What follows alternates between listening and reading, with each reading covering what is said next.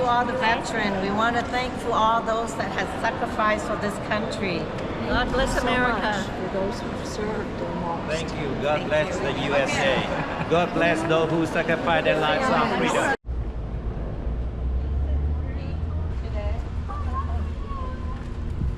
This is our group.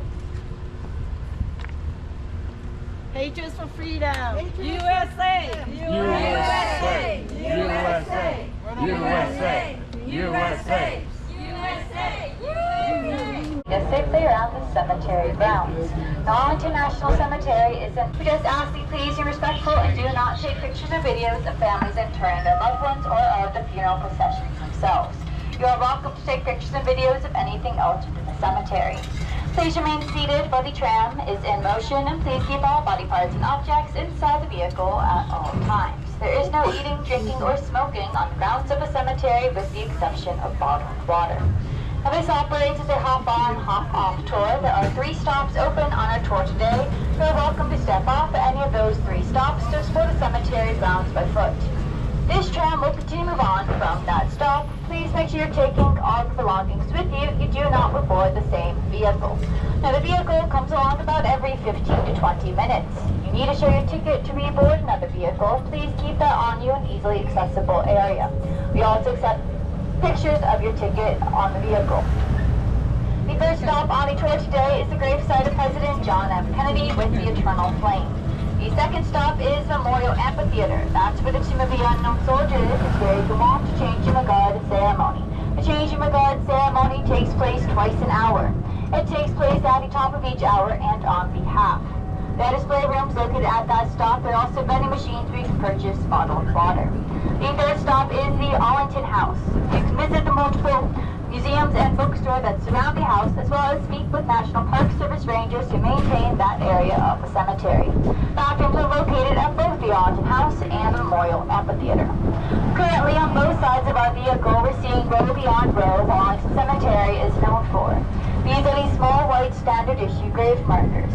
They are provided free of charge to our service members by the National Cemetery Administration of the Department of Veterans Affairs. They weigh 230 pounds and are made of Vermont marble. They are 42 inches tall, but only 24 inches are visible above the ground. On our passenger side, we're approaching a large red gate. This is the McClellan Gate, named for Major General George B. McClellan, a Union general under President Lincoln during the Civil War. As you go by the McClellan Gate, on its left side column, there is some gold lettering.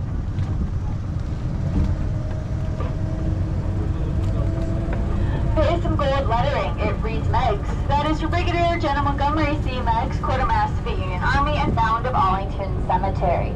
He's also an architect. He designed many buildings in the D.C. area, including the U.S. Capitol building. He designed the McClellan Gate when the cemetery was first founded. On our driver's side is Section 59. We can find Rear Admiral Grace Murray Hopper, pioneer computer programmer who developed the COBOL language. You might notice on our driver's side, some of the grave markers are blank, some of them have names on them. But facing the back sides of these markers, the names you can see are the names of spouses and dependent children, eligible to be entered at the cemetery with the service member. This information is found on the front side of the standard issue grave markers. On our driver's side, we're entering Section 60. In this section, you can find 4-star General Colin Powell, Secretary of State under George W. Bush, the first African-American Joint Chiefs of Staff. Interred with him is his wife, Alma Powell. She was an Arlington Lady. Arlington Ladies is a volunteer service done by wives of officers. They'll attend funeral services for service members who have no living relatives, so that someone from their military family will be present. On our passenger side, we're entering Section 10, where you can find Lieutenant Ollie Josephine Bennett, first female officer of the Army Medical Corps, an anesthesiologist during World War I. You might notice on our passenger side, the grave markers look quite different. They're different shapes, colors, and sizes. These are private grave markers, so they're paid for either by family members or private organizations. As of December 2017, Arlington no longer installs private grave markers. It is due to both spacing and maintenance concerns. Presently, only the standard issue grave markers are being installed for service members. The backside of most private grave markers have the last name of the service member, while the front side holds the information of all individuals interred beneath the marker, including spouses and dependent children. On our driver's side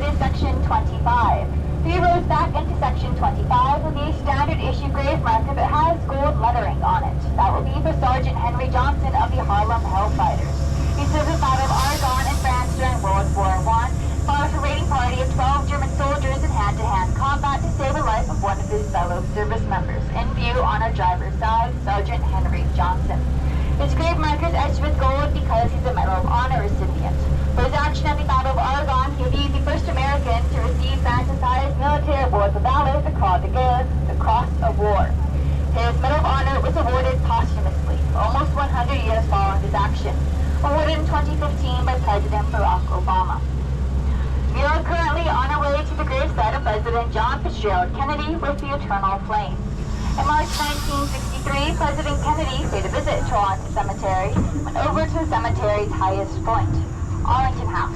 He stood around the front side of the house admiring the beautiful view of Washington, D.C. And there, a National Park Service ranger overheard President Kennedy say, "It's so beautiful, I could stay here forever." 8 months later, on November 22nd, he was assassinated. It was 3 days later, on November 25th, that he was interred at Arlington Cemetery. On the slope in front of the Arlington House, you can always overlook that view. It was at this ceremony that First Lady Jackie Kennedy paid a visit to Arlington Cemetery and went over to the cemetery's highest point, the Arlington. He was on the 25th. He was interred at Arlington Cemetery. And First Lady Jackie Kennedy would light the eternal flame, meant to represent the enduring spirit that President Kennedy held during his presidency. On our passenger side, we're going through Section 12. We can find Gunnery Sergeant John Basselo, the first Medal of Honor recipient of World War II. Received that medal at the Battle of Guadalcanal. His grave marker is 3 rows back. It reads New Jersey across the back of it. He received his Medal of Honor at the Battle of Guadalcanal, and later he re-enlisted into World War II, served at the Battle of Hiroshima. He lost his life on the first day of battle. There were some small stones on top of his grave marker, which comes from an old Jewish tradition that means I've been here, I remember you. There are stones on top of various markers throughout the cemetery.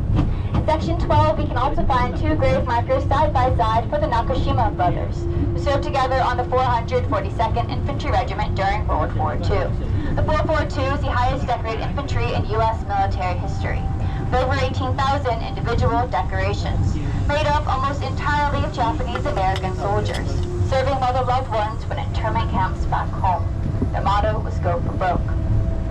In a few moments on our driver's side, we'll be passing by a small hill. At the top of that hill, there are 4 large markers that all have plaques on the front sides of them. This area is known as Chaplain's Hill. The second marker from the left, dedicated to 23 chaplains of all faiths who lost their lives during World War I. The other 3 markers are for chaplains of the Protestant, Catholic, and Jewish faiths in World War II, the Korean War, and the Vietnam War. Chaplain's Hill coming into view on our driver's side. We are almost at our stop for the gravesite of President Kennedy. It's also known as the Kennedy family gravesite. It's there you can also find First Lady Jackie Kennedy as well as 2 of their infant children. Down to the left of President Kennedy, you'll find his brothers. There are 2 white crosses for Robert Edward Kennedy, as well as a memorial marker for older brother Joseph Kennedy, whose remains were never recovered. We often get asked why John Jr. is not at Arlington Cemetery. His ashes were scattered off the coast of Martha's Vineyard. We are pulling into our stop for the gravesite of President Kennedy. It is an alternate stop due to funeral service taking place around nearby our traditional route. To access the Kennedy family gravesite, you'll continue to walk down the pathway that will be directly in front of our vehicle. The gravesite will be over on your left-hand side at the low gray wall. If you continue to walk down that street, you'll reach Section 5, known as the Supreme Court Hill. There you can find multiple Supreme Court justices. We are turning into the heart of Section 2. This is one of the larger sections of the cemetery. It's on both sides of our vehicle and goes all the way up to the Arlington House, visible at the top of the hill. As in this section, we can find an actress, Maureen O'Hara.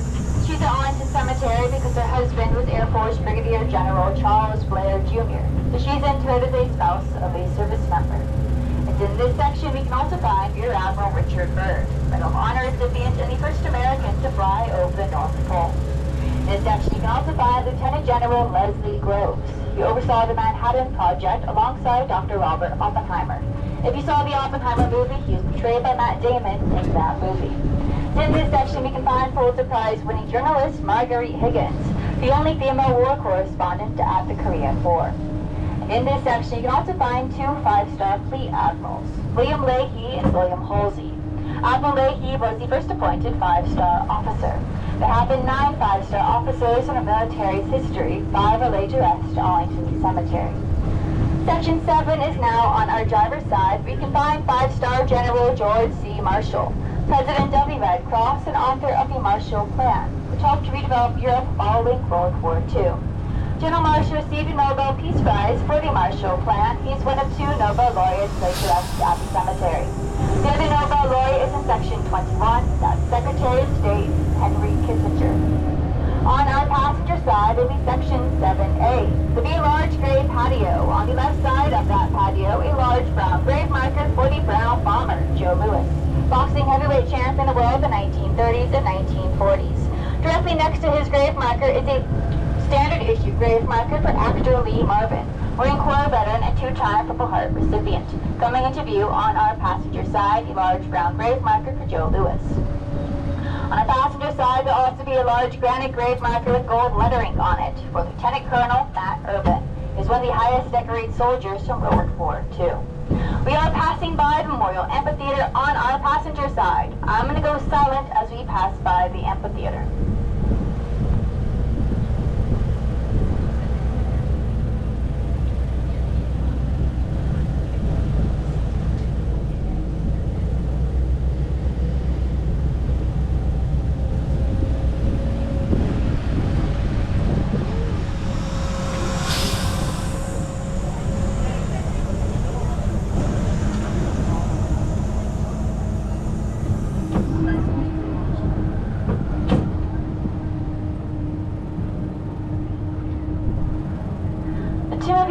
Soldier lies in front of the Memorial Amphitheater and holds remains of a soldier from World War I. There are also 3 crypts that lie by the tomb. One holds a soldier from World War II, one holds a soldier from the Korean War, and the 3rd crypt is empty. A useful soldier from the Vietnam War is identified as Air Force First Lieutenant Michael Blassie. Lieutenant Blassie's family had him removed from the crypt, so he can be reinterred closer to home in St. Louis, Missouri. The crypt remains empty in dedication to the missing and unknown soldiers from the Vietnam War. On our driver's side is Section 6.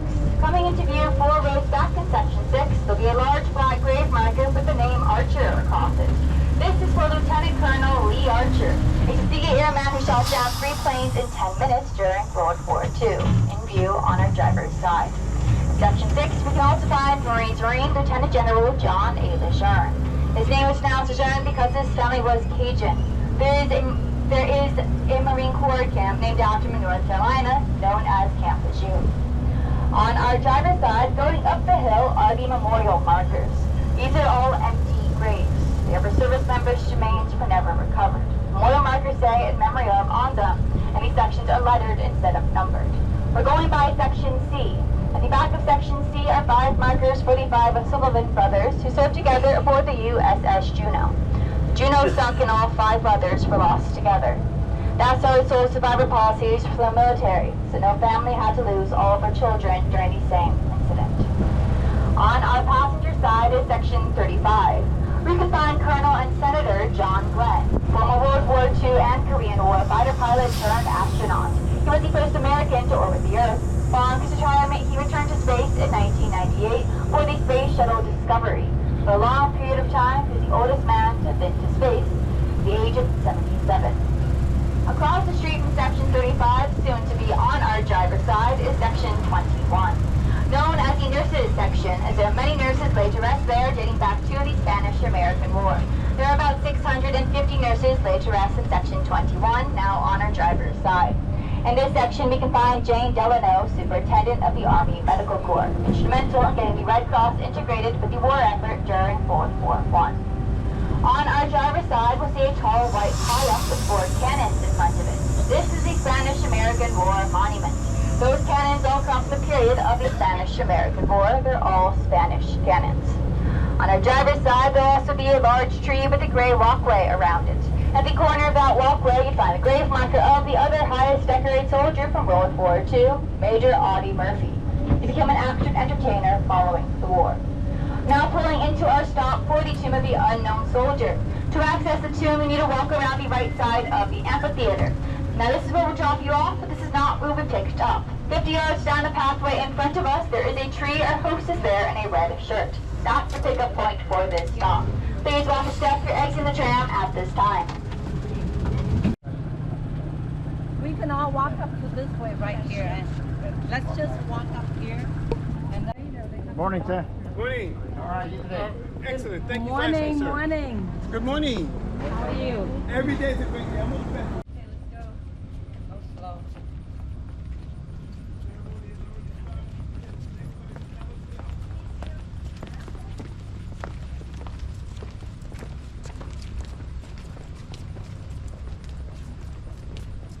Chocolate ở đây là mấy trăm ngàn. Ha.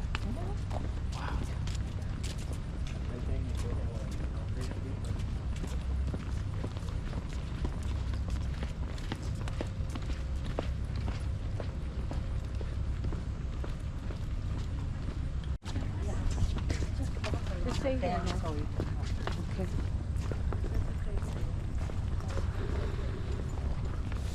Don't stay in the shade. So.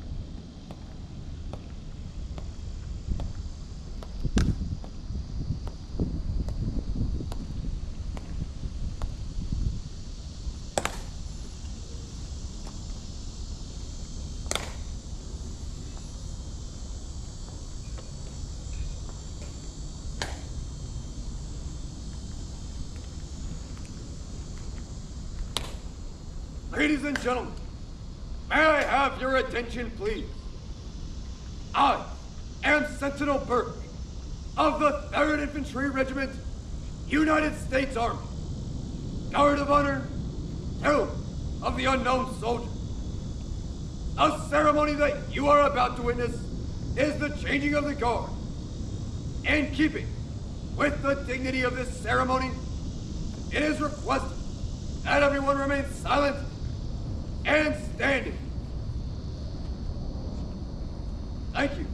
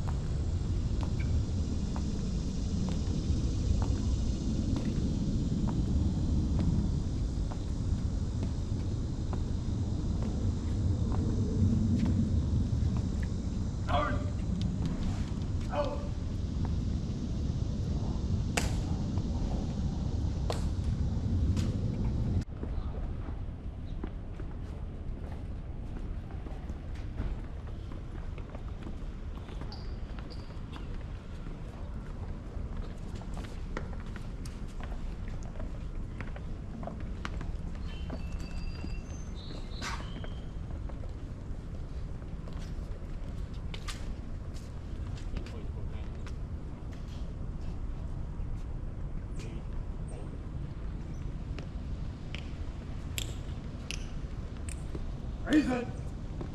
Out.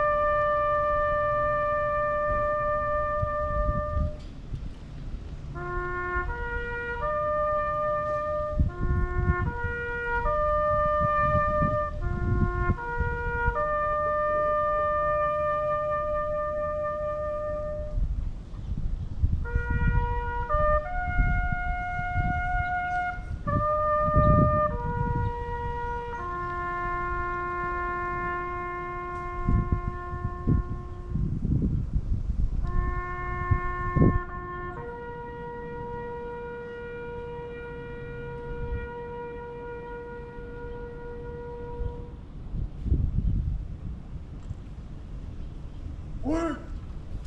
Out.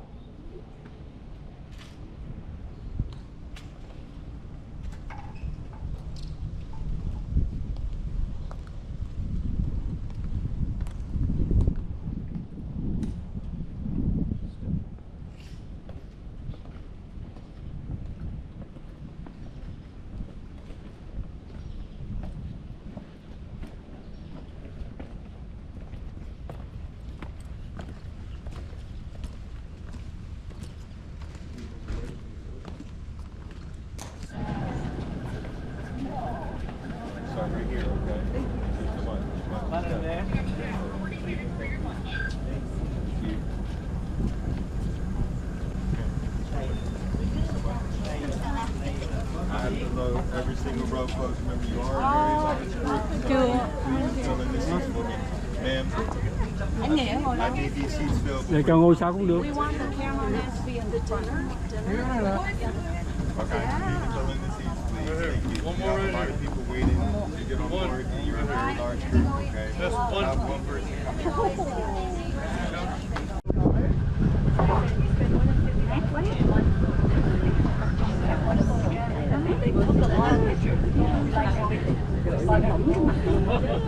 Chỉ cần ngoài cái dù đó là được.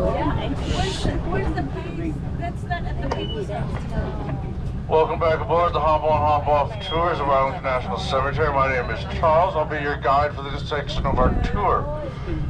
Tremaine is at the helm. Without him, we wouldn't be enjoying anything safely from here to there. Our next stop is the Arlington House. The mansion itself is closed, but the outbuildings are open. The slave quarters have a good working air conditioning as well as a fount of information on how the formerly enslaved members of the plantation and how they lived after emancipation. The gift shop is open, which sells water. Highly recommend it. This was the battleship that exploded, which kick-started the Spanish-American War. And you see the 25-foot Canadian Cross of Sacrifice for our members. Canadians gifted us this monument in honor of our men that joined their forces prior to the U.S. joining the fray of World War I and World War II, as well as Americans that were assigned to Canadian units during the Korean War.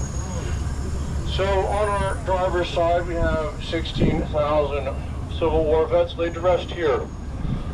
Section 13, as well as George Washington Parke Custis. This is the biological grandson of Martha and George Custis Washington. She was a widow for about a year before George Washington married her, the wealthiest woman of the colonies at the time. George Washington raised her son, John Parke Custis, as his own. This gentleman actually purchased the 1,100 acres which his biological son turned into a successful plantation. John Parks Custis died in the Revolutionary War, leaving behind the toddler George Washington Parks Custis. George Washington himself raised not one but two generations of his wives. George Washington Parks Custis was 18 when George Washington passed away. He did not inherit Mount Vernon as he wanted. He inherited this 1,100-acre tract. He immediately started to build Arlington House as a living memorial to George Washington. It was the only memorial to George Washington up until the Civil War. Washington Custis' daughter, Mary Ann Randolph Custis, talked her father into letting her marry a fellow Virginian, a West Point graduate.